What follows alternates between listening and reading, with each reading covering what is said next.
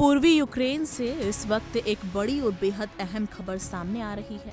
भीषण लड़ाई के बाद यूक्रेनी सेना ने डोनेट्स्क क्षेत्र के सिवेरिस्क शहर से अपने सैनिकों को पीछे हटा लिया है। महीने से युद्ध की आग में झुलस रहे इस शहर पर अब रूसी सेना का कब्जा बताया जा रहा है।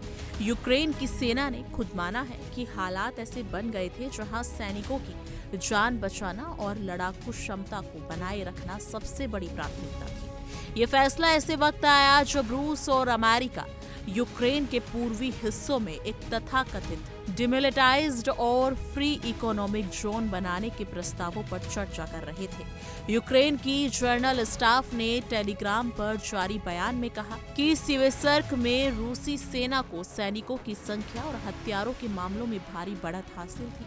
खराब मौसम के बावजूद रूसी सैनिक छोटे छोटे दस्तों में लगातार हमले कर रहे थे, जिससे यूक्रेनी मोर्चे पर दबाव बढ़ता चला गया। बयान में साफ कहा गया कि पीछे हटने का फैसला किसी कमजोरी की वजह से नहीं, बल्कि सैनिकों की जान बचाने और यूनिट्स की युद्ध क्षमता को सुरक्षित रखने के लिए लिया गया।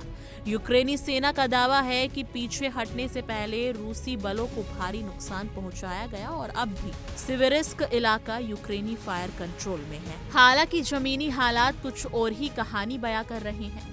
यूक्रेन की ही डीप स्टेट नाम की मिलिट्री मॉनिटरिंग वेबसाइट ने बताया है कि रूसी सेना ने न सिर्फ सिवेसर्क बल्कि रूस सीमा के करीब सूमी क्षेत्र के हाब्रोवस्के गांव पर भी कब्जा कर लिया है। इससे पहले 11 दिसंबर को रूसी लेफ्टिनेंट जनरल सर्गेई मेदवेदेव ने राष्ट्रपति व्लादिमीर पुतिन को जानकारी दी थी कि सिविस्कर पर कब्जा हो चुका है। हालांकि उस वक्त यूक्रेन ने इन दावों को खारिज कर दिया था। सिविस्कर्स भले ही एक छोटा शहर हो, लेकिन उसकी रणनीतिक अहमियत बहुत बड़ी है। युद्ध से पहले यहाँ करीब 10,000 लोग रहते थे, अब सिर्फ कुछ 100 नागरिक ही बचे हैं। रिपोर्ट्स के मुताबिक सिविसर्क्स उत्तरी डोनेट्स्क के रक्षा की एक अहम कड़ी थी, या ये शहर स्लोवियांस्क और क्रामाटोर्स्क जैसे बड़े इलाकों के लिए ढाल का काम कर रहा था, जिन्हें यूक्रेन की तथाकथित फॉरेट्रस्ट बेल्ट कहा जाता है। रूस अब तक इन इलाकों पर कब्जा करने में नाकाम रहा है, लेकिन सिवेसर्स्क के गिरने से यूक्रेन की रक्षा रणनीति को बड़ा झटका लगा है।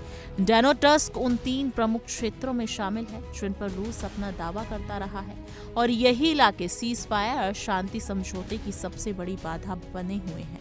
यूक्रेन के नेतृत्व ने साफ शब्दों में कहा है कि वो अपनी जमीन का 1 इंच भी छोड़ने को तैयार नहीं है, चाहे वो जमीन रूस के बलपूर्वक क्यों ना कब्जाई हो। लेकिन जमीनी सच्चाई ये है कि दिसंबर की शुरुआत तक रूस यूक्रेन के करीब 19% इलाकों पर कब्जा जमा चुका था।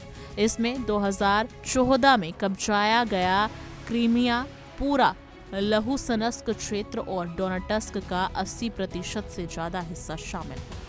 इतना ही नहीं, रूसी सेना खेरसान और ज़पैरोजिया क्षेत्रों के लगभग 75% हिस्सों पर भी नियंत्रण रखती है। इसके अलावा खार्की, सूमी, मायकोलाइव और दिप्रित्रोपेत्रोवस्क क्षेत्र के कुछ हिस्सों पर भी रूसी मौजूदगी बनी हुई है।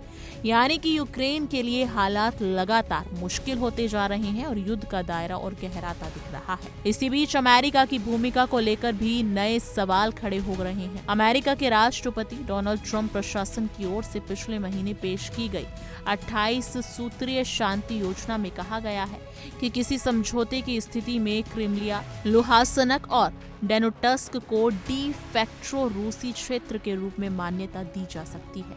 यहाँ तक कि अमेरिका भी। यूक्रेनी राष्ट्रपति ज़ेलेंस्की ने हाल ही में दावा किया है कि अमेरिका यूक्रेन पर दबाव डाल रहा है और वो डोनेट्स्क से अपनी सेना हटाए ताकि वहाँ एक फ्री इकोनॉमिक जोन, या रूस की भाषा में कहें तो डी मिलिटाइज्ड जोन बनाए जा सके।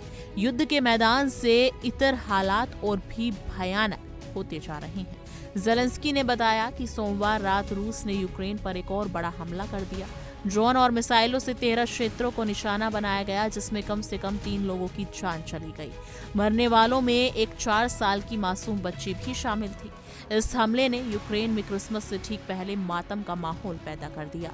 दूसरी तरफ रूस भी युद्ध को पूरी तरह सुरक्षित नहीं बता सका। रूसी अधिकारियों के मुताबिक यूक्रेन ड्रोन हमलों में पिछले 2 दिनों से बेलगोरोद क्षेत्र में 4 लोगों की मौत हुई, यानी सीमा के दोनों तरफ आम लोग इस युद्ध की सबसे बड़ी कीमत चुका रहे हैं। इसी बीच क्रिसमस के मौके पर शांति की उम्मीदें भी टूटती नजर आईं। पोप लियो ने सार्वजनिक तौर पर निराशा जताई कि रूस ने 25 दिसंबर को सीज फायर के प्रस्ताव को मानने से इनकार कर दिया। इटली के कास्टेल गैंडलोफो ने पत्रकारों से बात करते हुए पोप ने कहा कि वो एक बार फिर सभी पक्षों से अपील करते हैं कि कम से कम क्रिसमस के दिन तो शांति का दिन माना जाए। उन्होंने उम्मीद जताई कि शायद दुनिया में कहीं तो 24 घंटे के लिए ही सही बंदूकें खामोश हों, लेकिन फिलहाल जमीनी सच्चाई यही है कि यूक्रेन युद्ध और ज्यादा गहराता जा रहा है। स्विट्जरलैंड का पतन, बढ़ता रूसी दबाव, अमेरिका की शांति योजनाएं और लगातार हो रहे हमले, ये सब संकेत दे रहे हैं कि आने वाले दिनों में ये संघर्ष और निर्णायक मोड़ ले सकता है। सवाल यही है, क्या कूटनीति इस युद्ध को रोक पाएगी या फिर यूक्रेन की जमीन पर ये लड़ाई और लंबी और ज्यादा खून खराबे वाली होने वाली है। इस मुद्दे को लेकर आपकी क्या कुछ राय है? कमेंट सेक्शन में अपनी राय जरूर साझा कीजिएगा।